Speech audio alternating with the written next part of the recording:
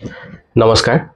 অতি বিনম্ৰতাৰে অসমৰ জনসাধাৰণ তথা অসমৰ মাননীয় মুখ্যমন্ত্ৰী শ্ৰীযুত হিমন্ত বিশ্ব শৰ্মা ডাঙৰীয়ালৈ দুটি অনুৰোধ লৈ আহিছোঁ। যিসকলে ভিডিঅ'টো পাইছে অনুগ্ৰহ কৰি অকণমান শ্বেয়াৰ কৰি আগবঢ়াই দিব, যাতে মাননীয় মুখ্যমন্ত্ৰী মহোদয় অৱগত হয়। প্ৰথমতে অসমৰ জনসাধাৰণ ৰাইজক অনুৰোধ জনাইছোঁ, আমি অসমীয়া জাতিৰ সাংস্কৃতিক অভিভাৱকজনক আমি হেৰুৱালোঁ। এজন মহানায়কৰ মহাপ্ৰয়াণ হ'ল। হয়তো শতিকালৈকে আমি জুবিনদাৰ দৰে শিল্পী এজন আমি কেতিয়াও নাপাওঁ। মূল কথাটো হৈছে, আমি জুবিনদাক যি শ্ৰদ্ধাঞ্জলি জ্ঞাপন কৰিছোঁ, সেই ফুল হয়তো দুদিন পিছত মৰহি শুকাই যাব, সেই চাকি গছিও নুমাই যাব, কিন্তু জুবিনদা আমাৰ হৃদয়ত সদায় জীপাল হৈ থাকিব, সদায় জীয়াই থাকিব। জুবিনদাৰ স্মৃতিত তেখেতৰ হয়তো আদ্য শ্ৰাদ্ধৰ দিনাও আমি বাছি ল'ব পাৰোঁ।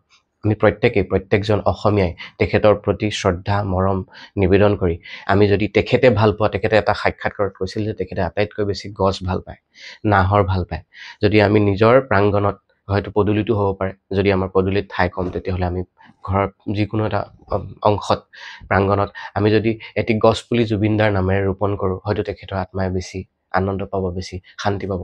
গতিকে মই সমূহ ৰাইজক অনুৰোধ জনাইছোঁ, জুবিনদাৰ স্মৃতিত জুবিনদাক আমি সদায় জীপাল কৰি যাতে ৰাখিব পাৰোঁ, সদায় যাতে আমি জুবিনদাক পাই থাকিব পাৰোঁ, তেখেতৰ নামত এটি গছপুলি ৰোপণ কৰোঁ, গছপুলিবিধ আপডাল কৰি আমি ডাঙৰ কৰোঁ, যাতে আমাৰ উপৰিপুৰুষসকলেও, আহিব লগা প্ৰজন্মক সেই গছপুলিডাল দেখি পেলাই ক'ব যে এইডাল জুবিন গাৰ্গৰ নামত গছপুলি মায়ে ৰুইছিল, দেউতাই ৰুইছিল বা আমি ৰুইছিলোঁ।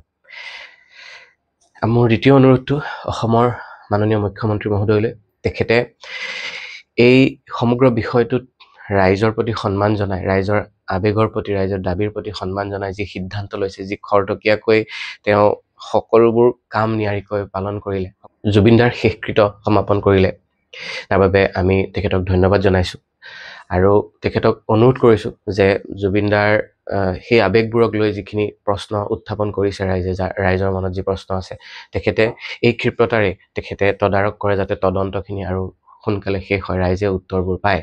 এতিয়া আমাৰ মূল অনুৰোধটো মাননীয় মুখ্যমন্ত্ৰী মহোদয়লৈ এইটোৱেই যে জুবিনদা কেৱল মাত্ৰ এজন গায়ক নাছিল, জুবিনদা আমাৰ সত্তা আছিল, আমাৰ সম্পদ আছিল। গতিকে মই অনুৰোধ কৰিছোঁ এই ভিডিঅ'টোৰ জৰিয়তে যে জুবিনদাৰ নামত আপোনালোকে এটা এপ প্ৰস্তুত কৰক, সম্পূৰ্ণ বিনামূলীয়াকৈ। সেই এপটোত জুবিনদাৰ ৩৮,০০০ সংগীত, হয়তো তাৰ আধাখিনি শুনিবলৈও মোৰ দৰে এজনে অপাৰগ হোৱা নাই চাগে, সিমানখিনি ভাগ্য হোৱা নাই। ৩৮,০০০ সংগীত যাতে সেই এপটোত বাণীবদ্ধ হওক। লগতে জুবিনদাৰ কিছুমান স্মৃতি, যেনে প্ৰথম হাৰমনিয়ামখন, প্ৰথম গীটাৰখন, জুবিনদাৰ প্ৰথম সংগীতৰ এলবামটোৰ পৰা আৰম্ভ কৰি এই সকলোখিনি লিখিত আৰু শ্ৰব্য মাধ্যমেৰেও যাতে ৰাইজে জানিবলৈ পায়, যাতে কোনোবা অবুজন ব্যক্তিয়ে হু ইজ জুবিন গাৰ্গ বুলি ক'লে আমি সেই এপটো অন্তত দেখাই দিব পাৰোঁ। ইউটিউব মাধ্যম বা অন্য কোনো গানৰ এপতো আমি জুবিনদাৰ সংগীতসমূহ পাওঁ, কিন্তু সকলোখিনি তাত নাপায়। গতিকে প্ৰত্যেকটো এলবাম বা প্ৰতিটো গানৰ সৃষ্টিৰ আঁৰত গীতিকাৰ জুবিনদা আছিলে, লিখক কোন আছিলে, সেই গোটেইখিনি যদি তথ্য সেই গানটোৰ আঁৰত পোৱা যায়, শৃংখলাবদ্ধভাৱে আৰম্ভণিৰ পৰা এতিয়ালৈকে যদি আমি তেনেকৈ দৃশ্যশ্ৰব্য মাধ্যমেৰে পাওঁ, সেইখিনি খুব আমি উপকৃত হ'ম। বিশেষকৈ যিসকল দৃষ্টিহীন আছে, দিব্যাংগসকল আছে, তেওঁলোকেও যাতে সেই এপটো চাব পাৰে বা শুনিব পাৰে, দৃষ্টিহীনসকলৰ কাৰণেও যাতে সেই এপটো সুন্দৰকৈ উপলব্ধ হয়, তাৰ বাবে মই কাতৰ অনুৰোধ কৰিছোঁ।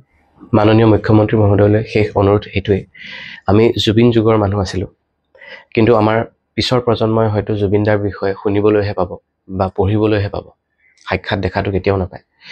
গতিকে আপোনালৈ এটাই অনুৰোধ, পৰৱৰ্তী শিক্ষাবৰ্ষত যাতে শিশুসকলে জুবিনদাৰ বিষয়ে পঢ়িবলৈ পায়, পাঠ্যপুথিত জুবিনদাৰ এটি হ'লেও অধ্যায়, চমুকৈ আভাস। জুবিনদাই অকল গান গোৱা নাছিলে, জুবিনদাই মানুহ হিচাপে জীয়াই থাকিবলৈ আমাক শিকাইছিলে।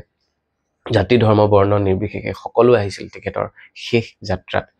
গতিকে অসমীয়া মাধ্যমেই হওক বা ব্যক্তিগত খণ্ডৰ ইংৰাজী মাধ্যমৰ বিদ্যালয় হওক বা হিন্দী বিদ্যালয় হওক, জুবিনদাৰ বিষয়ে এটি হ'লেও পাঠ আমি অসমীয়া ৰাইজে বিচাৰিম।